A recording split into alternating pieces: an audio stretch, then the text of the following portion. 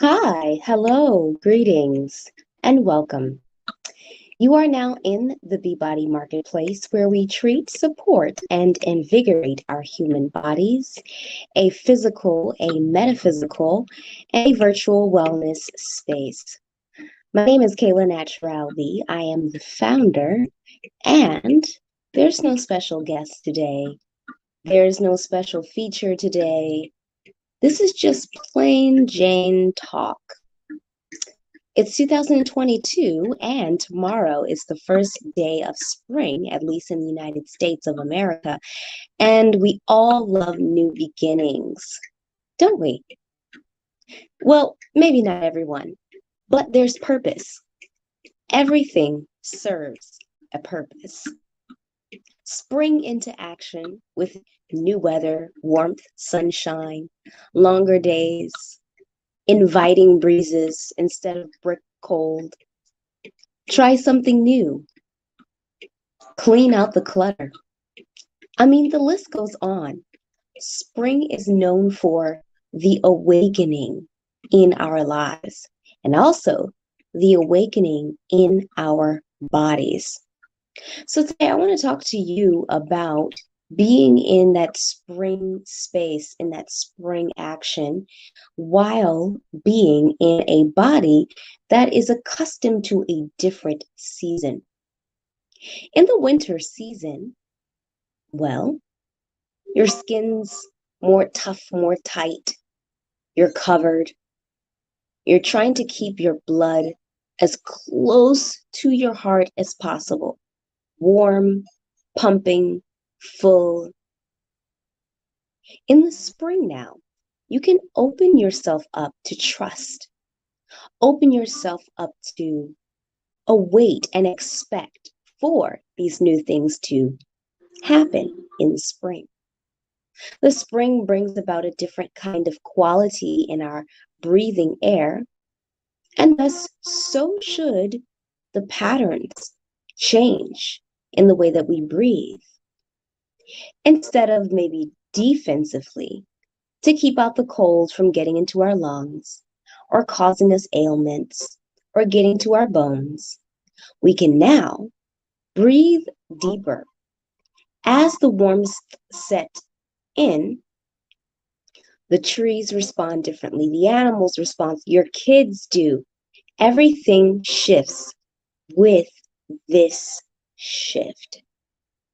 But what happens oftentimes is when something new is taking place and we're not ready or we're not able to control the circumstances, it becomes a place of fear and challenge.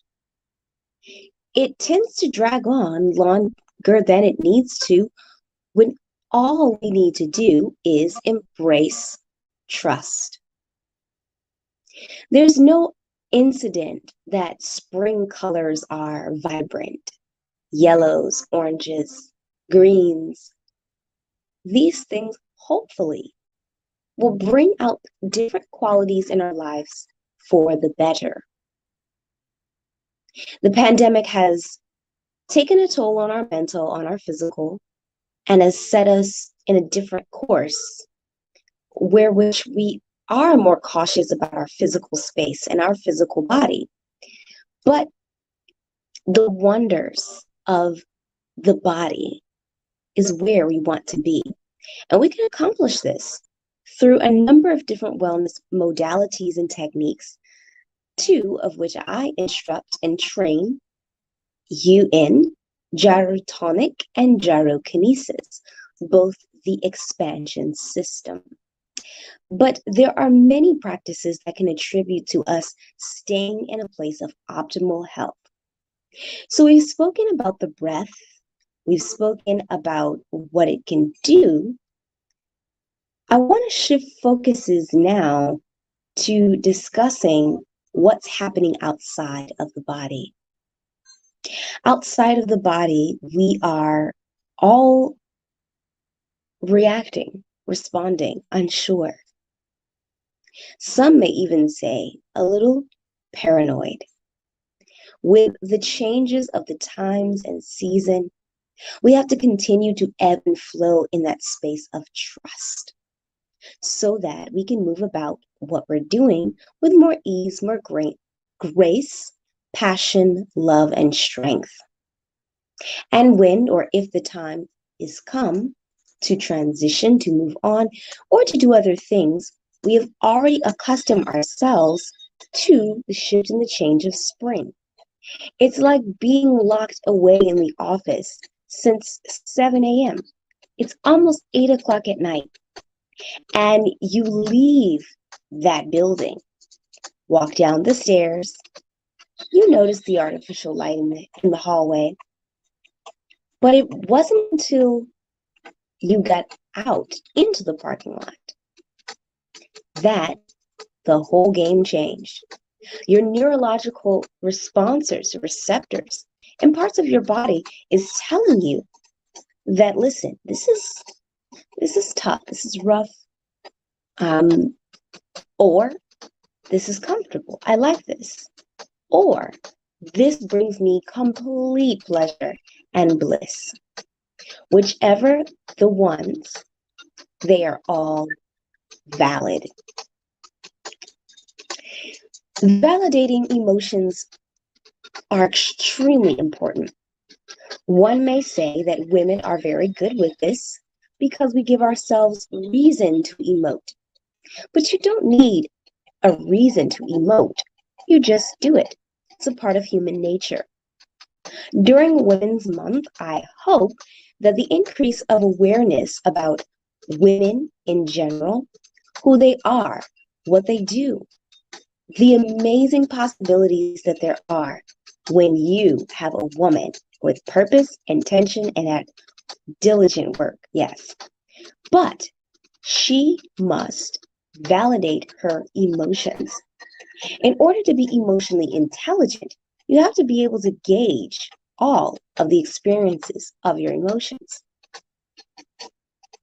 in a healthy and safe way.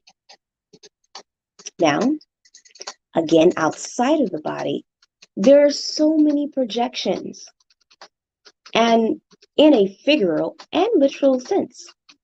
Projections on our phones, projections in our minds, projections around us in other people, protections, right? Should be protections. That's our responsibility.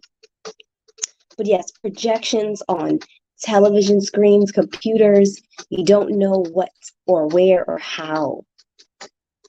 But you can protect your energy without harboring it and closing it off completely in a healthy way. Validate those emotions. Validate those thoughts that come to you that were not prompted. That could be spiritual conversation with you. It's not anything bad. It's yourself. That's all.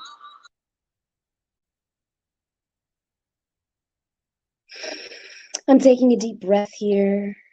I'm taking in that thought. I'm taking in this as reflection, as a moment that was shared, but also a moment in teaching that is affecting me as well. Connection. Connection is key. Validate and authenticate your experiences so long as they are not hurting or interfering with anyone else. Validate them. And validation doesn't mean I choose me first so that everybody else can choose me. Validation in feeling and knowing your experience has nothing to do with contingencies, nothing to do with conditions, nothing to do with other people's circumstances, etc. It is an inner dialogue, a decision, an inkling, a feeling, a hunch that you have to get deep down inside that solar plexus area where your will and your drive to trust and do more is. You've got to get that down into the soul level, get it into your spine. You've got to get it into the vital organs of your body that keep your body going and well. So we're talking about being in the body and also being outside of the body. Validating emotions, thoughts, feelings. This is so important. We are now having to learn to navigate in these virtual spaces. It's inevitable. It's here. With that being said, when we see people, it's important to connect with them. It's important to let them know that you care. This seems cliche, oh, the pandemic is done, we're back to normal, etc. 2022, my mental health check-in people, is going to be the true telltale of it all. How did we really bounce back so quickly last year? What's happening now in our lives, in our world? Are we ready for the change of the season?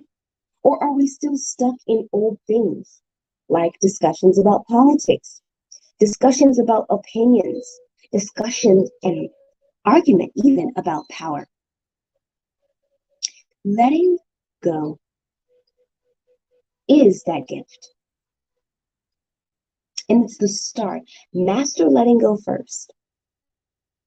It's the start to all other things.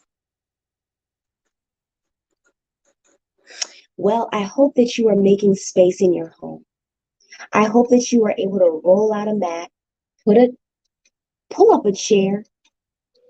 I hope that you're able to go to our website, decide to book a session to meet with me, or to inquire about a group session or corporate or what have you. I hope that's a part of your plan. But more importantly, fitting in this validation is everything. And it is a form of practice. Practice means it is repeated. And the purpose of repetition is to become familiar, is to develop a habit or routine or a path. It all serves a purpose. But you have to make that purpose work. It cannot and will not just stand alone. It needs fuel for the fire. So do well for yourself to be honest about where you are in that journey and if you need assistance. Once again, our world is changing, people. It is here and now. They will stop at nothing to see to it that our world is like a satellite floating in space, receiving information, dishing it out. But we're not robots. We're human beings. Remember that. Embrace the faults that come with lessons being learned. And even be transparent, be vocal. Don't tell the whole thing, but why not? About where you are in your space, what you're doing with your life, how you're connecting the importance of breath to your everyday wellness, which is the title of my next book, so stay tuned. If we start life with a question, eventually life will begin to answer.